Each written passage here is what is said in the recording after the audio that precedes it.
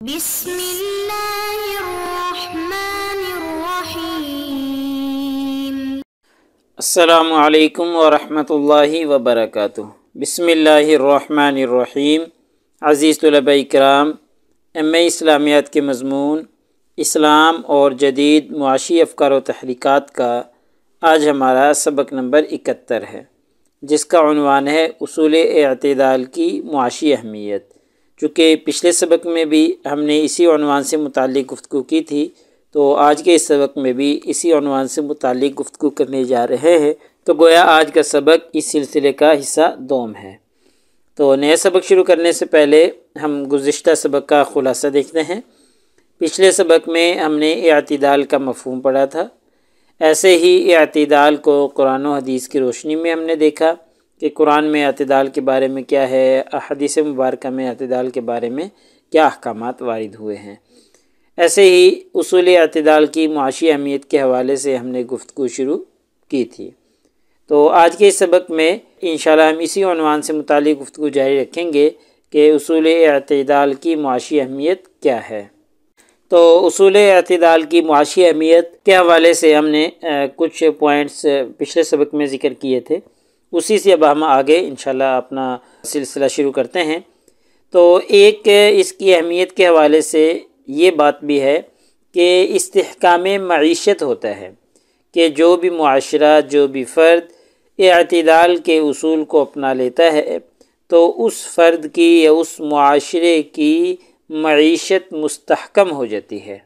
ایسے ہی اعتدال کی وجہ سے جو مصرفانہ زندگی کا انداز ہے اس کی حوصلہ شکنی ہو جاتی ہے، مصرفانہ انداز زندگی کا خاتمہ ہوتا ہے۔ جب مصرفانہ انداز زندگی کا خاتمہ ہوتا ہے تو پھر اس کی وجہ سے جو اشیاء تعیش ہیں وہ تیار نہیں ہوتی ملک میں اور نہ ہی درآمد کی جاتی ہیں، تو جس کی وجہ سے ملک بہت سے بیرونی برے اثرات سے محفوظ ہو جاتا ہے۔ چونکہ جو تعیشات زندگی ہیں، ایسی چیزیں جو عیش پرستی میں آتی ہیں، لگژری اشیاء جو ہیں، جب وہ درآمد کی جاتی ہیں تو اس کی وجہ سے ملکی وسائل پر بہت بڑا بوجھ پڑتا ہے، اور اگر ان کی درآمد پر پابندی لگ جائے یا خود بخود ان کا خاتمہ ہو جائے تو پھر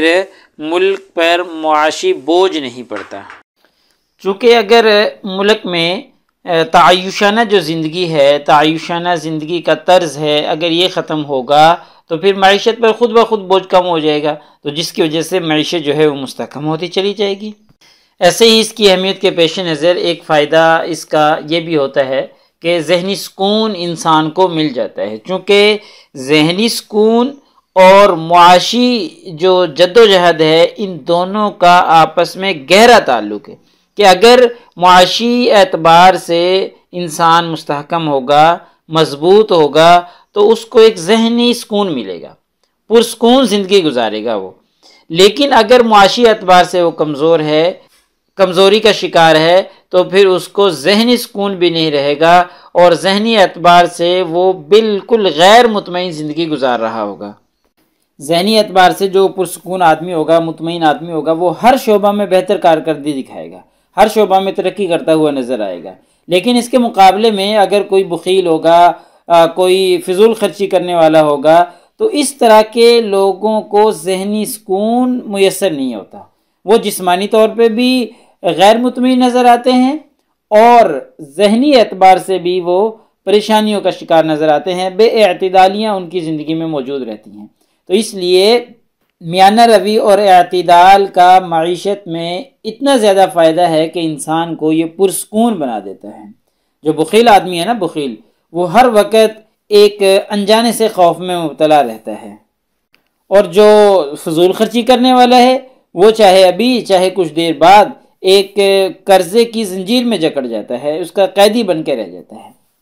اور جو اعتدال پسند آدمی ہے اس کو یہ دونوں پریشانیاں نہیں ہوتی، نہ تو وہ کسی خوف میں مبتلا ہوتا ہے اور نہ وہ کبھی قرضے میں پھنستا ہے۔ تو اس لیے جو معاش میں اعتدال ہے، اعتدال کا اصول اپنانے سے انسان کو ذہنی سکون ملتا ہے، ذہنی سکون ملنے کی وجہ سے وہ ہر جگہ ترقی کرتا ہوا نظر آتا ہے، اسے کسی قسم کا خوف، کسی قسم کی پریشانی، کسی قسم کا قرضہ اس کے اوپر نہیں ہوتا۔ ایسے ہی ایک وہ آدمی ہے جو فضول خرچی کرتا ہے یا جو بخیل ہے، تو معاشرے میں اس کی عزت نفس محفوظ نہیں ہوتی۔ بخیل آدمی کو کنجوس اور بخیل کہہ کر پکارتے ہیں، ایسے ہی فضول خرچی جو کر رہا ہوتا ہے اس کو فضول خرچ کہہ کے پکار رہے ہوتے ہیں، اور ان کو کبھی نہ کبھی کسی کے سامنے ہاتھ پھیلانا پڑتا ہے۔ لیکن جو اعتدال کے اصول کو اپناتا ہے اس کی عزت نفس محفوظ ہوتی ہے، اسے کبھی بھی کسی دوسرے کے سامنے ہاتھ پھیلانے کی ضرورت محسوس نہیں ہوتی۔ تو یہ دیکھیں کہ کتنا فائدہ ہے، کتنی زیادہ اہمیت ہے اصول اعتدال کی معیشت میں۔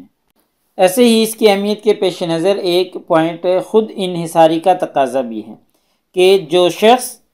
اصول اعتدال کو اپنی معیشت میں اپنا لیتا ہے وہ خود انحصار ہوتا ہے، اس کی عزت نفس محفوظ ہوتی ہے، معاشی اعتبار سے وہ مستحکم نظر آتا ہے۔ لیکن اس کے مقابلے میں وہ لوگ جو اس اعتدال کے اصول کو نہیں اپناتے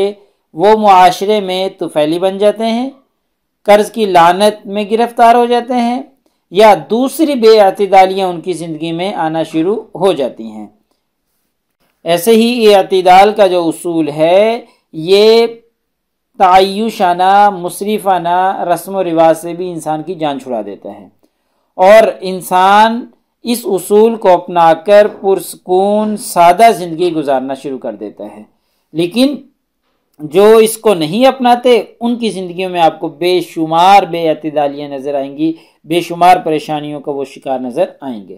ایسے ہی جو شخص اعتدال کا اصول اپناتا ہے وہ معاشی اور معاشرتی مفاسد کا سد باب کر دیتا ہے کہ ایک شخص ہے، اس نے اعتدال کا اصول اپنایا ہے اپنی معیشت میں، اپنے مال میں، تو اب جتنا اس کے پاس مال ہے اس سے بڑھ کر جو خواہشات ہوں گی، جو ہرس ہوگی اس کی، وہ اس کو پورا نہیں کرے گا، اس کے اندر رہ رہ کے پورا کرے گا۔ یہی وجہ ہے کہ جو اپنے معاش میں اعتدال کا اصول اپناتا ہے وہ کبھی رشوت نہیں لیتا، اس کو پتہ ہے کہ یہ حرام ہے اور میں نے اپنی ضروریات اپنی جائز انکم سے پوری کرنی ہے۔ وہ کسی کو دھوکہ نہیں دیتا اور وہ حرام نہیں کماتا، وہ سود نہیں لیتا، اور اس طرح جو حرام ذرائع ہیں آمدن کے وہ کسی کو بھی نہیں اپناتا، بس وہ اپنی حلال آمدن میں اپنی ضروریات کو پورا کرتا ہے۔ تو دیکھیں اعتدال کا اصول اپنا کر اس کے جو معاشرتی مفاسد تھے یا حرام ذرائع تھے آمدن کے ان کا اس نے سد باب کر دیا۔ ایسی ہی آسان زندگی ہے، جو شخص اعتدال کا اصول اپناتا ہے اس کی جو معاشی زندگی ہے وہ آسان ہو جاتی ہے۔ موجودہ زمانے میں مادہ پرستانہ جو معاشی نظام ہے اس میں ایک عام آدمی کے جو مصارف ہیں ان کو بڑھا دیا گیا ہے، اور بڑھا کر پھر اس کو مجبور کر دیا گیا ہے، پھر مجبوراً بڑی ہوئی قیمت کے باوجود بھی ان چیزوں کو خریدنے پر مجبور ہو جاتا ہے۔ ایسے ہی مصنوعی لوازمات انسان کے لیے پیدا کر دیے ہیں کہ وہ مصنوعی ہیں، ان کے بغیر گزارا ممکن ہے، لیکن ان کو لازم کر دیا گیا ہے کہ ان کے بغیر تو تمہارا گزارا ہی نہیں ہے۔ وسائل کی کثرت کے باوجود ہر انسان حل من مزید کہہ رہا ہوتا ہے، حالانکہ سب کچھ موجود ہے، اللہ تعالیٰ کا دیا ہوا سب کچھ ہے، لیکن پھر بھی حل من مزید کی لت لگی ہوئی ہے، لالچ لگی ہوئی ہے، فکر لگی ہوئی ہے۔ تو اس طریقے سے جو اعتدال میں رہے گا اس کی زندگی آسان رہے گی، اور جو بے اعتدال بن جائے گا وہ پھر حل من مزید ہی کرتا رہے گا، اس کی زندگی روز بروز مشکل سے مشکل اور تنگ سے تنگ ہوتی جائے گی۔ اور اگر اس سے نجات حاصل کرنی ہے تو نجات کا واحد طریقہ یہ ہے کہ زندگی کے معاملات کو اعتدال میں رکھا جائے، بالخصوص خرچ کرنے میں، کہ خرچ کرنے میں میانہ روی سے کام لیا جائے، اعتدال کے ساتھ کام لیا جائے، تو پھر یہ ساری جو فکریں ہیں یا سارے جو مفاسد ہیں یہ ختم ہو جائیں گے۔ ایسے ہی ایک اور اہمیت اس کی اخلاقی ترفع ہے، یعنی اعتدال جو ہے یہ ایک انسان کی خصوصیت کہہ لیں یا انسان کی خوبی ہے اخلاقی اعتبار سے۔ بہت سی جو معاشرتی بھلائیاں ہیں، ایسا انسان جو اعتدال کی روش اپناتا ہے وہ ان بھلائیوں میں حصہ لیتا ہے۔ معاشرے کے پسماندہ جو لوگ ہوتے ہیں یا محتاج افراد ہوتے ہیں ان کی جو مدد کی جاتی ہے، ان کی جو خدمت کی جاتی ہے یہ انہی لوگوں کو عموماً ملتی ہے، یا وہی لوگ عموماً یہ کام کرتے ہیں جو اعتدال پسند ہوتے ہیں۔ جو بے اعتدال شخص ہوگا وہ کبھی کسی کی مدد نہیں کرے گا، جو فضول خرچ شخص ہوگا وہ کبھی کسی کی مدد نہیں کرے گا، کیونکہ بخیل جو ہے وہ دولت کو دبا کر بیٹھا ہوتا ہے اور دوسروں کو دیتا ہی نہیں ہے، اور اسراف پسند جو ہے، جو فضول خرچی میں لگا ہوا ہے، وہ اپنی دولت کو عیش پرستی میں اڑا رہا ہے، تو کہاں اس کے دل میں پھر غریبوں مسکینوں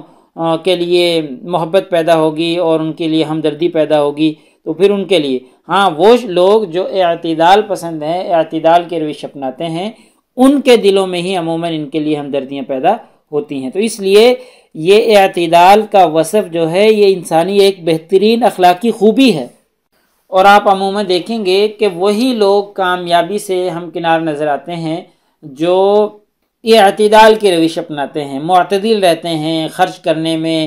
اعتدال کا طریقہ اپناتے ہیں، اسلامی جو اصول اعتدال ہے اس کے اوپر زندگی گزارتے ہیں، تو پھر وہی لوگ آپ کو معاشرے میں کامیابی اور ترقی کرتے ہوئے نظر آئیں گے۔ ایسے ہی جو اعتدال کے اصول کو اپناتا ہے اس کے اندر سے لالچ ختم ہو جاتی ہے، لالچ سے اس کو نجات مل جاتی ہے۔ جتنی اس کی آمدن ہے وہ اس پر صبر شکر کے ساتھ گزارا کرتا ہے، دوسروں کی مدد کرتا ہے، اپنے بیوی بچوں کا پیٹ پالتا ہے، اس کے اندر لالچ نہیں ہوتی کہ حل میں مزید اور آ جائے اور آ جائے اور آ جائے، اس کا پیٹ ہی نہیں بھرتا، ایسی لالچ ایسی حرص اس کے اندر موجود نہیں ہوتی۔ لیکن جو لوگ اعتدال کا اصول نہیں اپناتے ان کے اندر حل میں مزید کی حرص لگی ہوتی ہے، وہ ہمیشہ یہی کہہ رہے ہوتے ہیں اور آ جائے اور آ جائے، بس اور آ جائے، جمع کر کر کے رکھتے رہتے ہیں۔ تو یہ جو ہے بے اعتدال شخص جو ہیں وہ لالچ میں گر جاتے ہیں، لالچ ان کے اندر بھر جاتی ہے جو کہ کبھی بھی پوری نہیں ہوتی، لیکن اعتدال پسند شخص جو ہے وہ اس سے نجات حاصل کر لیتا ہے۔ تو لہٰذا ہمارے آج کے اس سبق کا خلاصہ نکلا کہ آج کے اس سبق میں ہم نے اصول اعتدال کی معاشی اہمیت کے حوالے سے گفتگو کی ہے، اور کچھ اصول ہم نے ذکر کیے ہیں جو اعتدال کے لیے ضروری ہیں یا جن سے اعتدال کی معاشی اہمیت اجاگر ہوتی ہے، جن میں ایک استحکام معیشت ہے کہ اصول اعتدال اپنانے سے معیشت مستحکم ہو جاتی ہے، انسان کو ذہنی سکون ملتا ہے، انسان خود انحصاری پر آ جاتا ہے، خود انحصار ہو جاتا ہے، اور ایسے ہی معاشی اور معاشرتی جو مفاسد ہیں ان کا خاتمہ ہوتا ہے، ان کا سدباب ہوتا ہے، آسان زندگی گزارتا ہے، سادہ زندگی گزارتا ہے انسان، اخلاقی ترفع ہوتی ہے، کامیابی اور ترقی کا ذریعہ ہے اصول اعتدال اپنانا۔ ایسے ہی اصول اعتدال کو اپنانے سے لالچ سے انسان کو نجات مل جاتی ہے۔ تو پیپر میں پوچھے جانے والے سوالات سے متعلق اگر ہم گفتگو کریں تو یہی سوال جو کہ پچھلے سبق میں بھی ہم نے دیکھا تھا آج کے سبق میں مکمل ہو گیا ہے کہ اصول اعتدال کی معاشی اہمیت کی وضاحت کریں۔ تو یہ کچھ پوائنٹس ہم نے پچھلے سبق میں ذکر کیے تھے اور کچھ آج کے سبق میں ہو گئے ہیں، تو اس طریقے سے یہ سوال پورا ہو گیا ہے۔ تو اگلے سبق نمبر 72 میں انشاءاللہ ہم اسی ترتیب سے آگے چلیں گے، اور اگلا ہمارا عنوان ہوگا صرف دولت کے ممنوعات، یعنی کہاں کہاں پر دولت کو صرف کرنا منع ہے اسلام کی روشنی میں، انشاءاللہ ہم اس کی وضاحت کریں گے۔ جزاکم اللہ خیر، السلام علیکم ورحمۃ اللہ وبرکاتہ۔ اللہ پاک آپ سب لوگوں کا حامی و ناصر ہو۔ اگلے سبق تک اجازت چاہتا ہوں۔ اللہ تعالیٰ آپ سب لوگوں کو کامیابیاں اور ترقیاں نصیب فرمائے۔